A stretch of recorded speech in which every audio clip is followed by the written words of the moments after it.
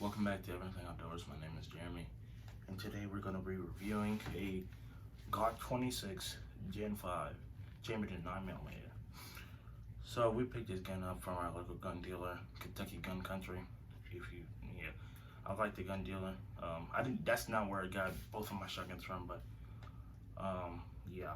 So it came with, because this is a pre-owned gun, the other owner, or I don't know if it came from a factory like this, but it came with a Holosun red dot. I like the red dot a lot more than night sights, but my mom prefers night sights because it's not a gun. It is clear. The gun is actually clear. Before the video, I cleared it. Boom. Okay. So with the gun itself from the factory, it'll come with 3 magazines, 1 inside the gun and 2 on the side. So you have a flush mag and you have 2 extended mags that come with it. They all hold 10 rounds. The one con I would say about a Glock is that it is easy to reload in situations like just like at range, and you won't have to dog at your thumb or whatever. It is, for me, the easiest magazine to reload compared to Smith & Wesson, all that XP. Yeah, so it came with a speed loader. I use the speed loader like a pretty good amount. The way how you do it is you put the speed loader on whichever magazine that you want to. You put it over the magazine itself and you push down so you can actually keep on putting rounds in. I used it, but I would prefer just using it just basic way, just loading and unloading.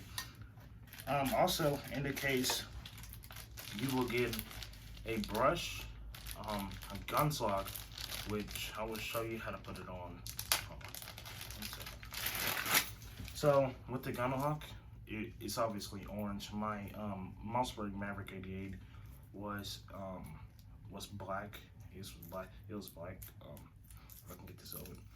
So the way how you put on the actual safety lock mechanism is that you will go through the chamber and chamber and out the magazine well. So you put it through. Okay, that's why. Yeah. Shoot. That's how you lock up your gun. But obviously nobody uses this, so, and I don't like it. Just like, say for instance, in case of an emergency, you don't want to find your key, put it, like, do all this extra stuff, and then, like, do what you have to do, whatever. Okay, so what else comes in the actual box itself is the owner's manual, if I can find it. And it also comes with this safety guard thing. Okay, I think that's got the owner's manual up in here too. But or if it doesn't actually come with the owner's manual, I'm pretty sure that's obviously online. It's gonna have basically all of your owner's manual if your gun doesn't automatically come with one. So okay, so I got a con for you. One con I'll say, I know we can change up this back strap or whatever.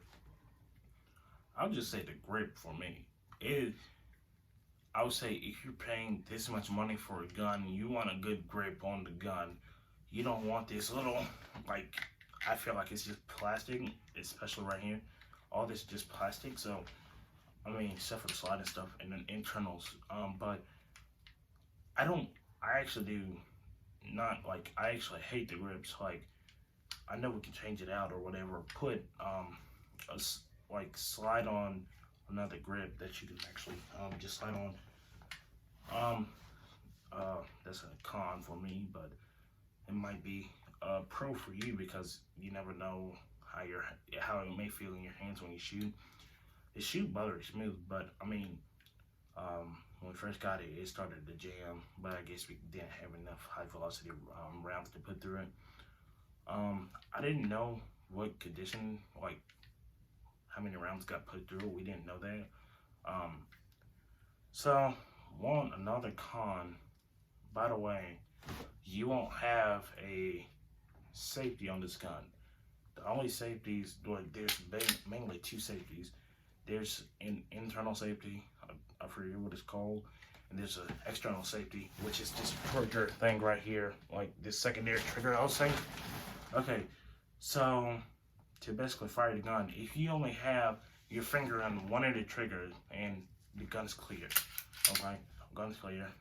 If you only have your finger on one of the triggers, you will not be able to pull the trigger fully to engage the round, which I think that should be on all guns, especially if you still had that tank, well, not tank safety, but a safety on the slide or where the grips are.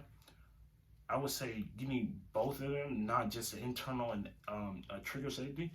I feel as though, especially what Smith & Wesson does in some of the models, I believe, is that they'll put a safety on where the guard is or the actual slide release is next to it, and they also do the what's it called, the trigger safety.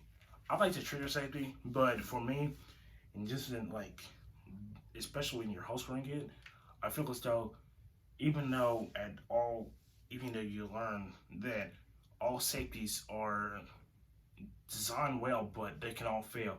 I feel as though that extra safety, if that safety on the slide or whatever doesn't work, I feel as though the safety on the trigger is like, you can guarantee like it won't shoot unless like your holster, if you're, say for instance, like if you have a holster, it won't actually, depending on what type of holster you have, I might as well just hope that it doesn't accidentally press this trigger safety and pull, because that's basically the only safety that you have. I don't count the internal safety. I don't know if it's on this model or not. I don't count the internal safety as an actual safety. I only count this trigger safety as a safety, which I believe for a beginner, if this is the gun that you were brought up on or whatever, and you can just get it. But for somebody like me, I just prefer another backup, like a backup safety. And another con about this gun is not also the safety, but how, to me, the trigger pull on the gun is a little like heavy in my opinion. Like I was saying, compared to this gotta be like a 7 or 10 pound trigger, because how heavy it is. By the way, all the guns that we do are clear. It's a single shot Nomad shotgun. You can check out the other video if you want to see the review. To me, this is the heaviest trigger, like a hammer. This is the heaviest trigger that we have. My Mossberg is buttery smooth, but this is like the heaviest trigger. A con about this gun, well, I wouldn't say a con, but it's like, no, I'll say a pro about this gun, is that it shoots amazing. But as you may seen on like other YouTube videos or whatever, when some people might like it and a lot of people use it for EDC. I would, but I will still prefer a Glock 17 over this gun any day. And if you had to let me choose and pick, I would prefer a Glock 17 Gen 3 over this gun any day. It's not even an argument about it. But I mean, if you have small hands, not big gorilla hands, the gun itself, like, because I have big hands, the gun itself is like a hand to me. So yeah, I mean, I prefer something that's bigger. I mean, it's almost, I think the Glock 17 Gen 3 is more bulkier though, but it's all up to you. So I believe that these magazines would help me out the most to get through this gun. Besides like the grips or whatever, we use this flush magazine, but that's just if we're at the range and we're just shooting, and we don't want to keep on reloading one magazine, obviously. I feel as though this is the one, like, if I had to ever get this gun, I just, like, just to pay the extra maybe 50 to $100 to get the Glock 17 because it was already pre-used, like like it was already on. Just to spend the extra money to get it. I feel as though if you have big hands and you don't want that much recoil or whatever for a 9mm, even though it doesn't have that much recoil, I feel as though that you should actually get it. But I love this gun, but it's just, in my opinion, it's not. It doesn't have to be your opinion, but I know it might be a whole argument of the Glock 26 Gen 5 is so much of a better EDC gun or whatever. To my opinion, it's a Glock 17. That's other people's opinion, but that's just because I have big hands and whatever. I just always looked at a Glock 17 and always been like, if it wasn't for, just forgot the other gun's name that the military had used, but they were gonna pick the Glock 19. I mean, Glock 17 and Glock 19, I would prefer if it only Glock 19 if it was Glock 19X, because it has the Glock 17 lower and the Glock 19 upper. So yeah, I would just prefer that. That's just me. That's a me term, but well, a me thing, not a me term, but that's just a me thing. And yeah, I hope you guys enjoyed this video. Don't forget to like, share, comment, and subscribe. And I'll see y'all in the next one.